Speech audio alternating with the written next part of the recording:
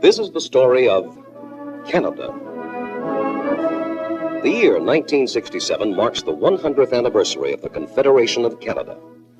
How this land began is a big story, almost as big as the country itself. With 10 immense provinces and 2 territories, Canada is the second largest country in the whole world. It stretches 4,000 miles from the Atlantic to the Pacific, from north of the Arctic Circle to the shores of Lake Erie. It has more lakes than the rest of the world put together. Tall mountains and glaciers, millions of acres of farms and woodlands, modern skyscraper cities, and vast plains where cowboys herd cattle. It has hunters and miners, farmers and fishermen, Eskimos, French, British, Ukrainians, Germans, and many others. The story of Canada begins long before the first white men ever came.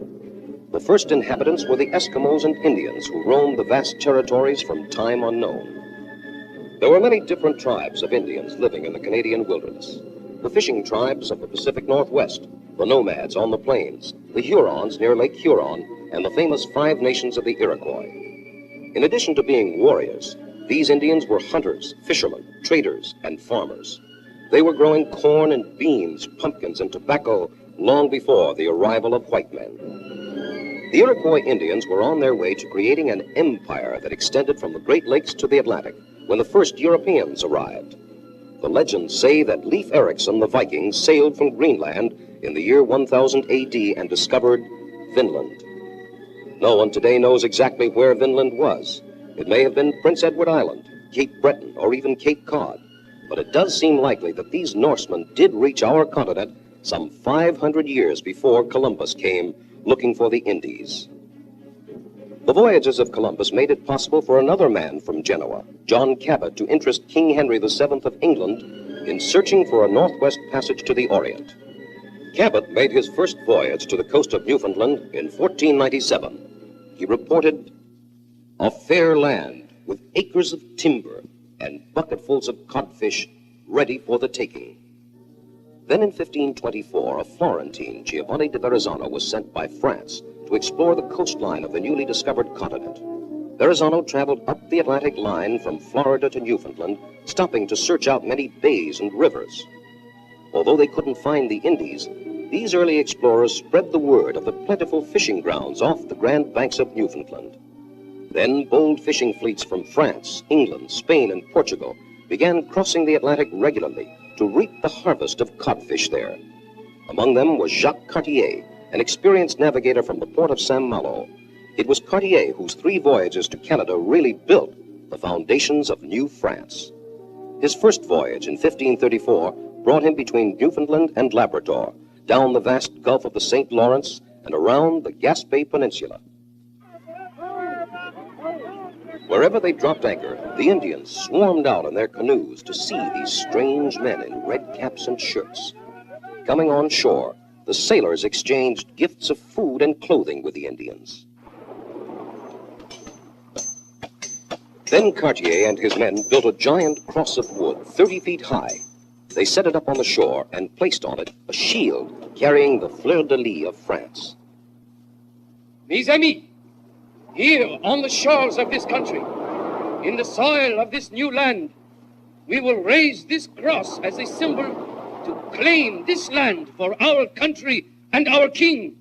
Cartier awed the natives with gifts of iron cooking pots and knives and stories of the wealth of his own great country.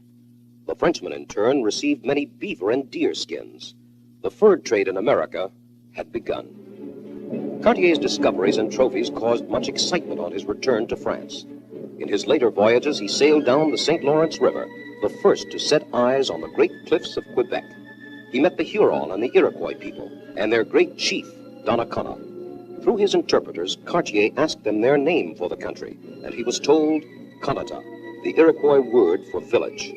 But to the French, Kanata became Canada. The Indians led Cartier to the top of a huge mountain, which he named Montreal, or Montreal. Later, he spent several winters in the new land trying to establish a permanent colony of settlers. But the winters were hard. Permanent settlements required support from Europe. And since there was no Northwest Passage to be found, no gold or silver, French interest in the New World faded for the next 60 years. But the fishermen who traded with the Indians and brought back valuable furs to France kept alive the memory of Canada and the Great River. In the early 1600s, King Henry IV of France decided to expand his empire overseas, and he chose young Samuel de Champlain, a brilliant sailor and navigator, to head the first expedition. After a scouting voyage in 1603, Champlain brought out a company in 1604. After the first hard winter spent on an island in the St. Croix River, Champlain crossed the Bay of Fundy and found himself in a great protected basin with room enough for hundreds of ships to find shelter. He named it Port Royal, and on the shore of this bay in 1605, Champlain and his men began the first permanent settlement on the Atlantic coast, 2 years before the English founded Jamestown in Virginia. As winter approached, Champlain had an idea to keep the colonists healthy and happy during the months of cold and snow. He founded l'Ordre de Bon Ton, the Order of Good Cheer. The French and Indian hunters brought in ducks, geese, rabbits, and other game. At night, the Frenchmen gathered in their common room before a blazing log in the huge stone fireplace. After dinner, there would be entertainment, stories to tell, and songs to sing. The songs of old France.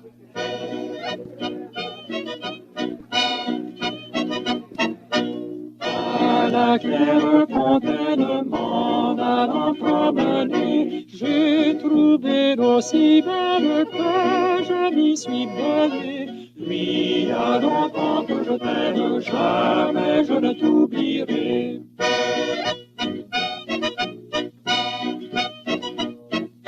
J'ai trouvé l'eau si belle que je m'y suis baigné. Sous les feuilles d'un chêne, je me suis fait sécher. Lui, a longtemps que je t'aime, jamais je ne t'oublierai.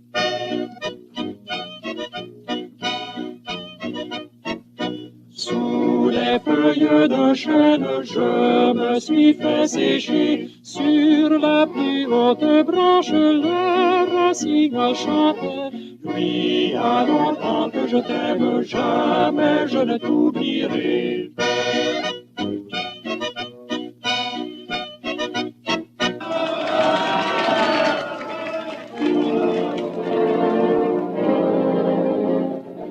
For several years, these gallant Frenchmen at Port Royal raised their crops and developed the fur trade. But the king let the fur traders handle everything, and there were arguments among them, and rivalry with other countries as well. For the English had established colonies in the region that came to be known as New England, and in Newfoundland as well. Port Royal changed hands frequently as England and France made war in Europe, and Acadians and New Englanders clashed over fisheries and farmlands. Once, while the English were in control, Acadia was given to a Scottish nobleman and renamed Nova Scotia. Although it passed back into French hands, the region of Nova Scotia kept its new name. Meanwhile, Champlain had set out on his life's work of exploration. He traveled up the St. Lawrence and met the Algonquin Indians at the place they called Quebec, where the waters narrow. Here he founded another habitation, and Quebec became Quebec.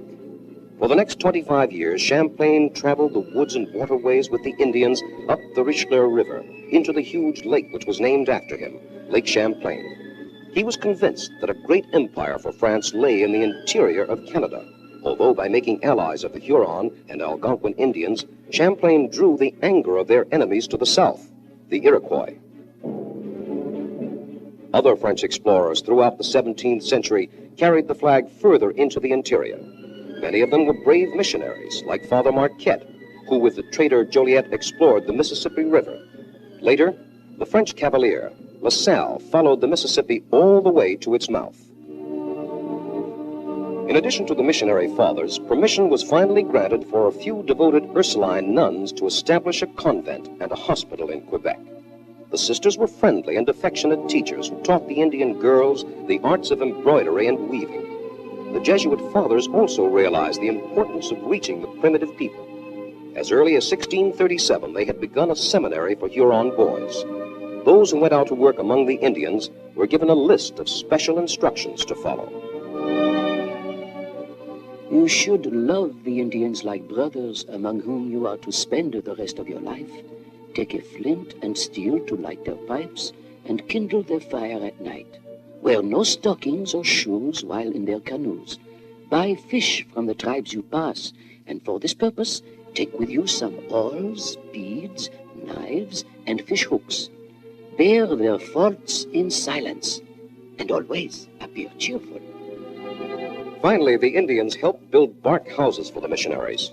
During the day, they would squat around the fire in the mission house, while the fathers taught them skills and language. But for some Indians, it was a difficult task. The wild young things of the forests could not easily adjust to a disciplined life of study, work, and prayer. In a letter back home, one missionary summed it up. I sometimes think that it is easier for a Frenchman to become a savage than for an Indian to become a Frenchman. The religious orders were a powerful influence in New France. By learning to understand the Indians they lived with, they helped the colonizers deal with them and trust them.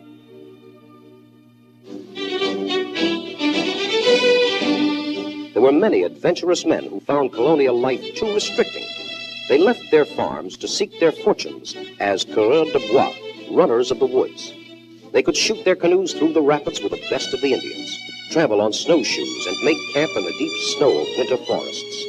Rugged and bold, they shared the smoke-filled shelters of the Indians.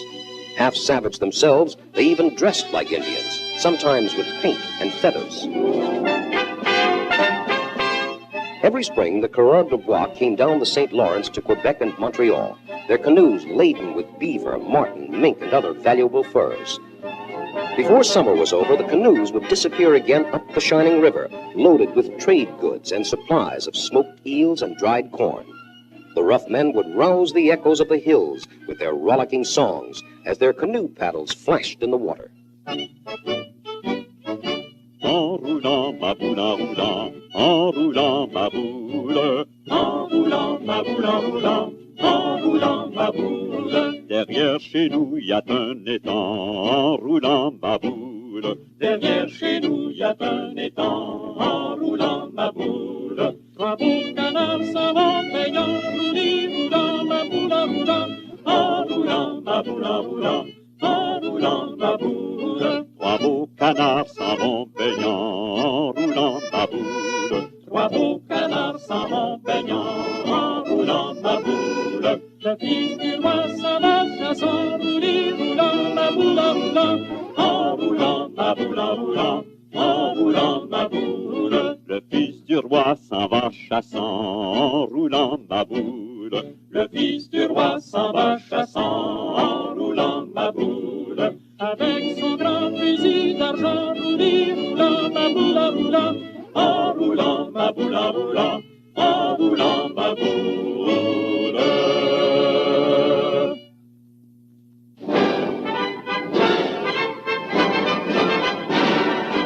In the year 1665, there were less than 2,500 inhabitants in all of New France. But young King Louis XIV decided to develop New France as an empire. He proclaimed it a royal province, appointing a governor whom he sent out with a full military command to fight off the hostile Indian tribes. These officials and their wives brought the pleasures of French civilization and the graces of social life to Quebec. Soon there were gay social affairs and splendid balls in the wintertime. A steady traffic of ships began, bringing furs and handicrafts of New France with letters for the king, and returning with new supplies and new settlers. Men and women from all over France who came to live and marry, to work and farm in the spreading townships. Meanwhile, the kingdom of the fur traders was spreading throughout western and northwest Canada. Two bold and adventurous coureurs de bois named Radisson and Groseillers roamed together among the Indians of the Great Lakes and the northern woodlands. They found great forests of timber and marvelous beaver hunting in the wilds of Hudson Bay. When they were unable to get support for a trading post from the governor of Quebec, they went to England, where in 1670 the British Prince Rupert gave them backing. The king granted a charter to the Company of Adventurers of England, trading into Hudson's Bay, and the famous Hudson's Bay Company was born. The adventurers set out to explore this area they called Prince Rupert's Land, and began a career of profitable trading. But the French quickly realized their mistake. The Quebec government sent out their own fur traders, and although there were arguments and battles many times, the land was big enough for all to share in its wealth. This new generation opening up the West became known as voyageurs.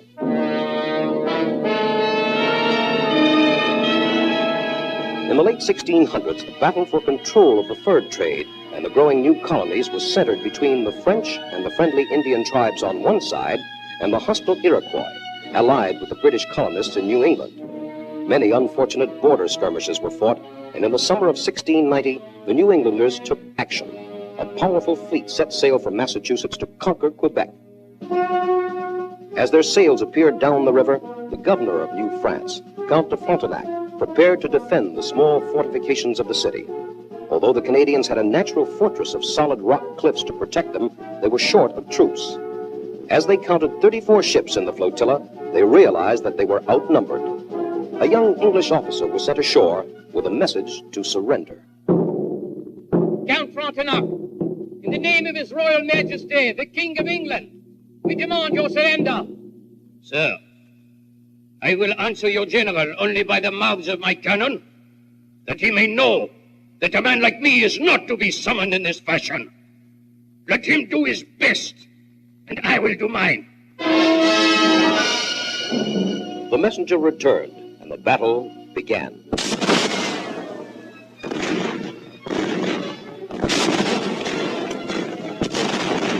For 2 days, the ships in the fortress exchanged furious gunfire.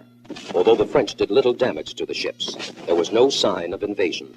It was the wind and the waves that caused the downfall of the attackers, and suddenly their fleet set sail and retreated down the river.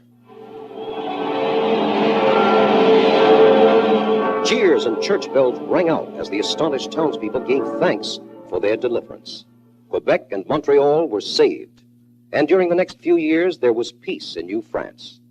Through patient work, the Iroquois and other tribes were persuaded to meet in Montreal in a giant peace council in the year 1701. A great flotilla of canoes came down the river, bringing the deputies of the tribes. In a large field outside the walls, more than 1,300 warriors faced the French governor, whom they called Onontio in their language. I, Onontio, the father of us all, now take these 2 hatchets, yours and mine. I throw them into a pit so deep that they will never more be found. Henceforth, you must all live like brothers and bring your quarrels to me. One by one, the Indian chiefs in full ceremonial robes marched up to the governor and made their signs of peace. Then the hawk-faced Iroquois chief arose. Onontio, we are pleased with all you have done. We have listened to all you have said. We make our sign by these 4 belts of wampum that we will stand fast in your obedience. As the Iroquois chief threw down the belts, proclaiming peace between all the tribes and the French people, the governor spoke once more. Voici la paix. Oublions le passé.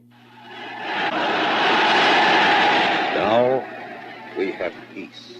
The past is forgotten. At the end of the ceremony, the pipe of peace was passed from hand to hand, and the French were free at last. Free from fear of the Iroquois.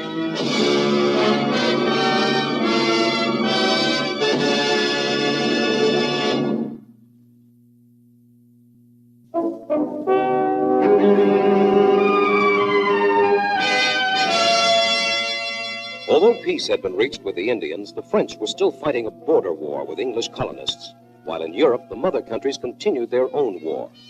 This war between France and England, which ended with the Treaty of Utrecht in 1713, ended badly for France. All of Newfoundland, most of Acadia, or Nova Scotia, and the area around Hudson Bay were ceded to England. France kept the areas of Quebec, Prince Edward Island, and Cape Breton. On the tip of Cape Breton, the French built a fortress called Louisbourg to protect their gateway to the St. Lawrence River in the future. But the Acadian farmers resisted their new English rulers. They refused to take an oath of allegiance to the new military governors.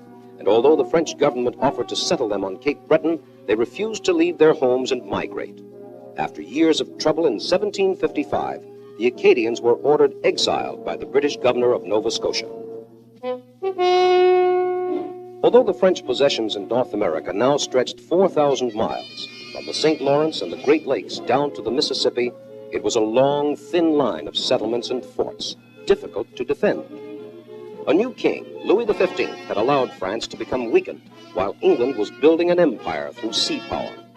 New France depended on the free passage of ships to Europe, and the vigorous English colonies, more heavily populated than New France, controlled the Atlantic coast from Nova Scotia to Florida.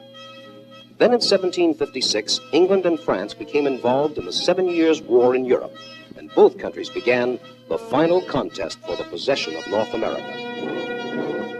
The Marquis de Montcalm was sent over from France to organize the troops and capture English forts. But in 1758, the French fortress of Louisbourg was taken and destroyed. And in 1759, a huge British fleet of 140 ships appeared in the river before Quebec. They carried a force of 12,000 soldiers under the command of a young British general, James Wolfe.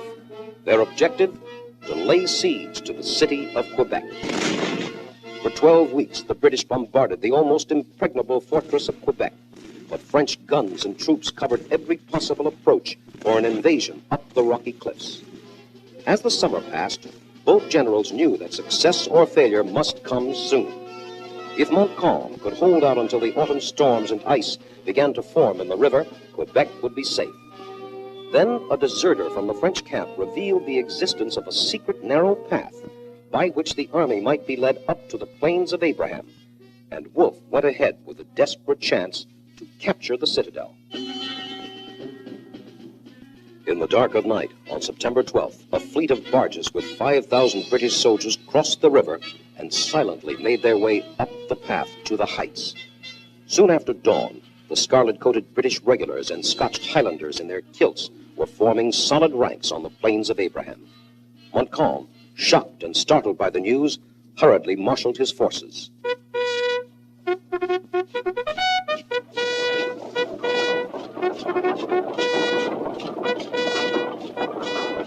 Then, riding to the front of his men, Montcalm lifted his sword in the signal to attack. The troops of Montcalm moved forward, firing and moving again, but the British troops waited for them to come closer. Then they opened fire. Their barrage mowed down the first line of French troops. They tried to rally and move in again, but the withering fire from the British side proved too much for them. The French lines broke, and a frantic dash of retreating men struggled to turn and flee.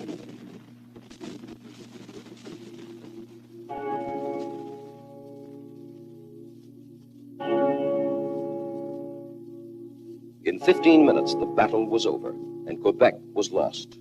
Both brave generals, Montcalm and Wolfe, lay dying of wounds on the battlefield.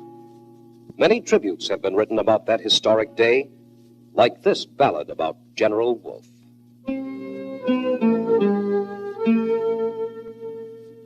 Brave Wolfe, a gallant youth, did cross the ocean to free America from all invasions.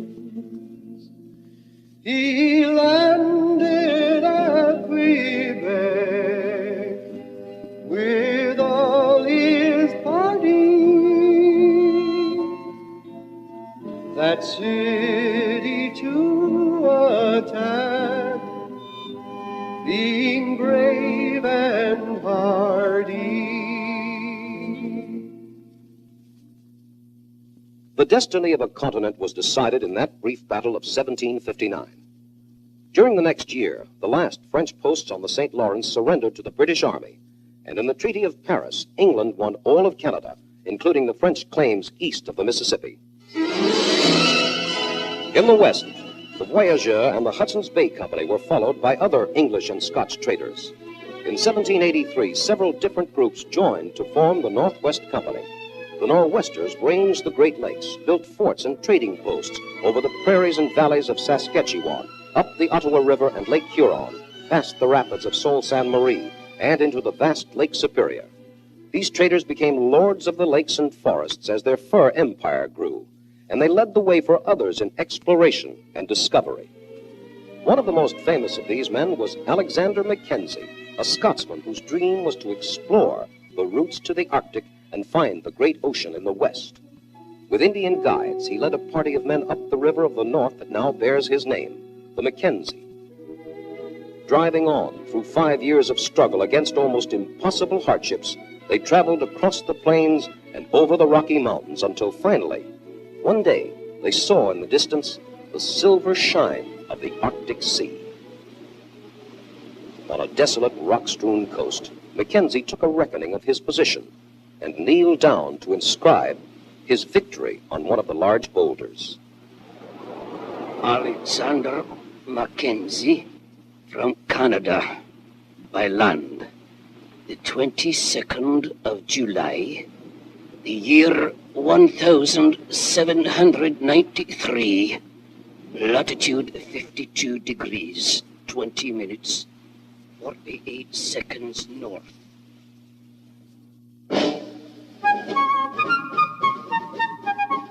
The American Revolution broke out, and an American army accompanied by Benedict Arnold marched up to Canada across Maine. But British troops, led by General Guy Carleton, defeated the Americans, and the arrival of a British fleet in 1776 made sure that Canada would not join the revolutionary cause. Several hundred Canadians did go south with the Americans, just as some loyalists moved north to continue to live under the British flag. Even though England finally lost her 13 colonies, Canada remained loyal to British rule.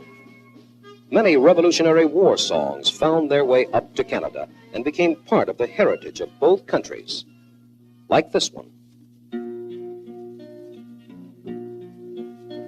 There was an old lady lived over the sea, and she was an island queen. Her daughter lived off in a new country with an ocean of water between.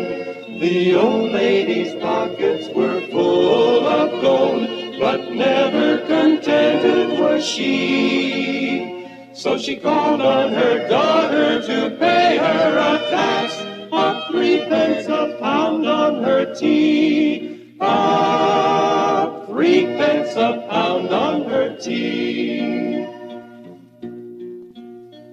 Now, mother, dear mother, the daughter replied, I shan't do the thing you ax. I'm willing to pay a fair price for the tea, but never the 3-penny tax.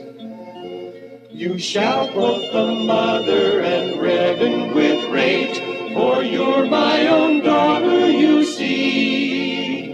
And sure 'tis quite proper the daughter should pay her mother a tax on her tea. Her mother a tax on her tea.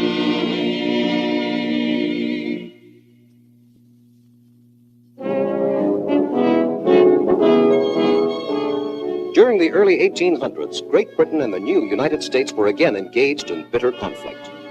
There were boundary disputes left over from the Treaty of 1783, and American war hawks felt that British fur traders were stirring up the Indians in the West against American settlers. They pressed for a war to destroy British power in Canada.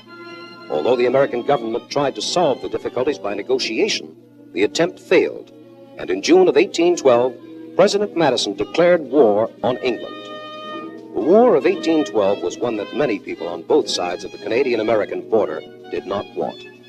Battles were fought between Americans and the British-led Canadian troops. The most decisive were won by the Canadian General Brock, who defeated the American General Hull in capturing the city of Detroit. There were naval battles, too, in the War of 1812. One took place between the British ship Shannon and the American frigate Chesapeake. It was commemorated by the British sailors in this ballad. The Chesapeake, so bold, out of Boston, as we're told, came to take the British frigate neat and handy, oh. And the people in the port all came out to see the sport, while their bands all played up Yankee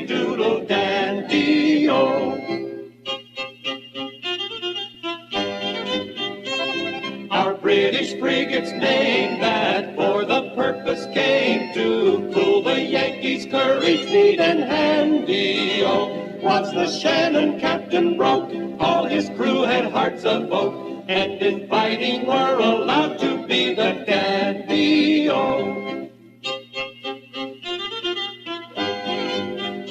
Here's to Broke and all his crew, who with courage stout and true fought against the Yankee frigate, neat and handy. Oh, oh, may they ever prove, both in fighting and in love, that the British tars will always be the dandy. Oh.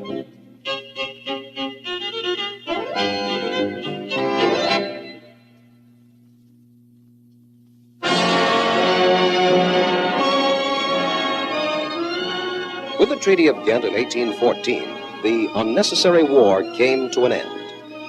With peace, the people of Canada turned to the development of their vast country. Canals were built along the waterways, and steamboats came to the Great Lakes. The growth of shipyards and sawmills brought a new importance to Canada's woodlands. The Pacific Northwest was also stirring.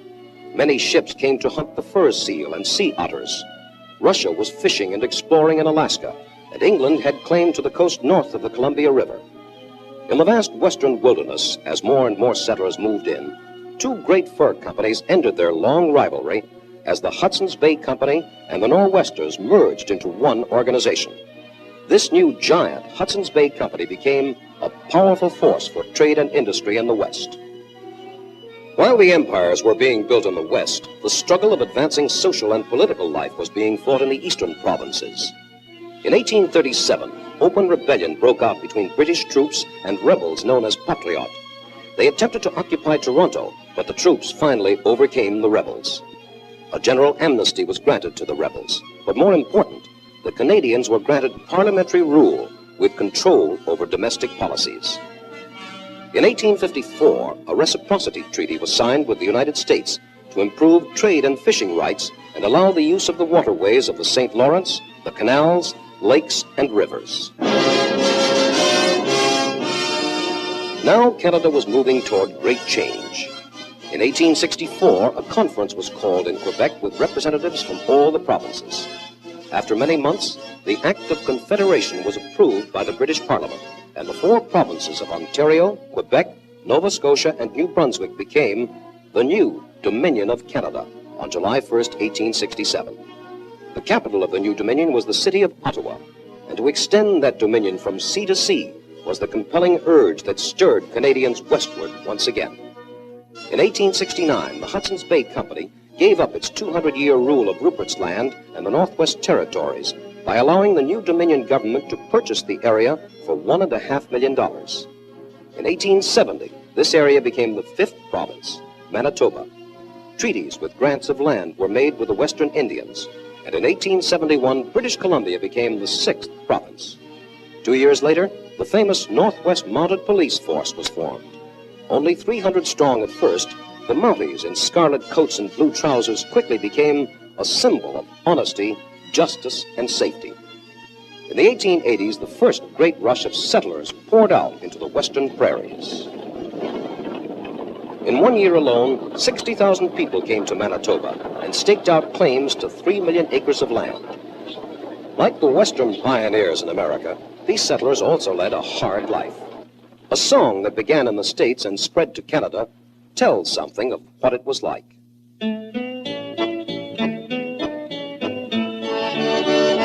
I am looking rather seedy now while holding down my claim, and my victuals are not always served the best. And the mice play shyly round me as I nestle down to rest in my little old shanty in the west. Oh, the hinges are of leather and the windows have no glass, while the board roof lets the howling blizzard in. And I hear the hungry coyote as he slinks up through the grass round the little old shanty on my claim.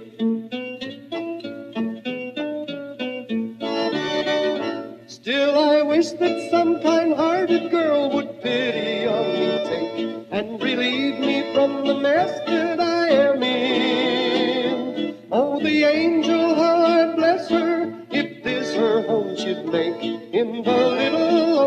shanty on my claim.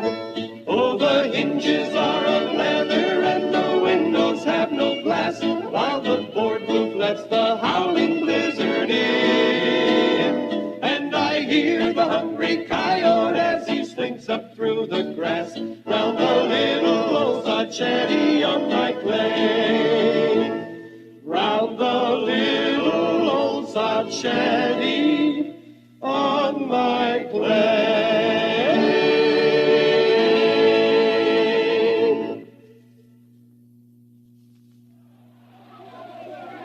In 1858, at Fort Victoria in British Columbia, excitement was spreading. It began with a cry that echoed down the coast, across the country, and brought ships and men from as far away as San Francisco. Gold! Gold on the Fraser River! Gold! They found gold! Gold been discovered!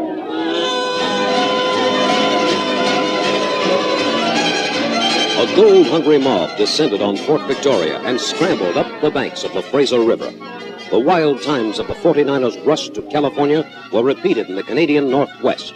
The rush put British Columbia on the map. For years, the gold seekers continued to search the wilds for the precious metal.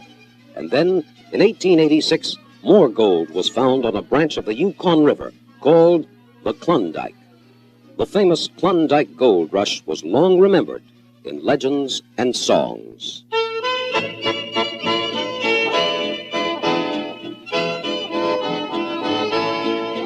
Oh, come to the place where they struck it rich.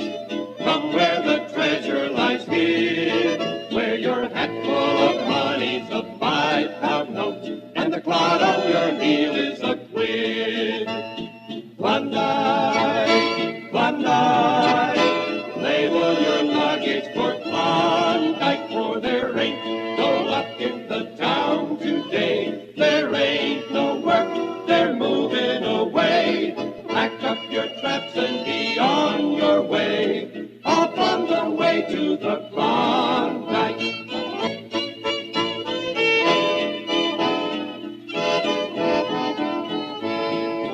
Oh, they scratches the earth and it tumbles out, more than your hands can hold.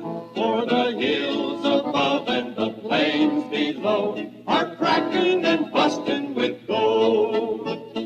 Klondike, Klondike, label your luggage for Klondike, for there ain't no luck in the town today. There ain't no work, they're moving away. Pack up your traps and be on your way.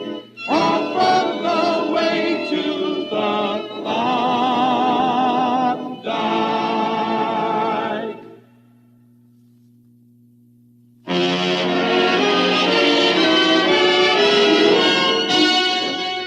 Gold and lumber, the resources of the land and sea, the powerful lures that brought new blood to the Canadian wilderness, needed only one thing more to unite the nation in its forward progress: the completion of the Trans-Continental Railroad. In 5 difficult years, from 1880 to 1885, the builders of the Canadian Pacific Railroad struggled against the howling blizzards of winter and under the blazing sun of the plains. They dynamited through huge mountains, built bridges and road beds over swamps. In a race against time, they ran the tracks past whirling rapids, up and down, around cliff sides, and across mighty river gorges. On November 8, 1885, at a town called Port Moody in British Columbia, a tall gentleman with a long white beard, a frock coat, and a high hat stepped forward. Donald Smith, one of the founders of the Canadian Pacific Company, picked up a workman's sledgehammer and faced the crowd of workmen. Gentlemen, as you can see, I have requested just a simple ceremony. This last spike, which I shall drive in, is not made of gold, just a plain, ordinary iron spike. I shall drive one blow of the hammer for each town that we have founded along the line as these tracks moved west. Thank you.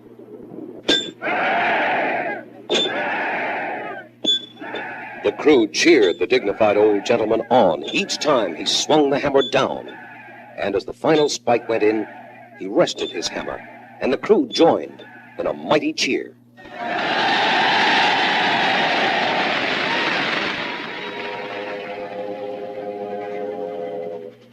At long last, on June 28, 1886, the first through train left Montreal to journey over plains and mountains, 2,905 miles, to Vancouver, on what was then the longest railway in the world.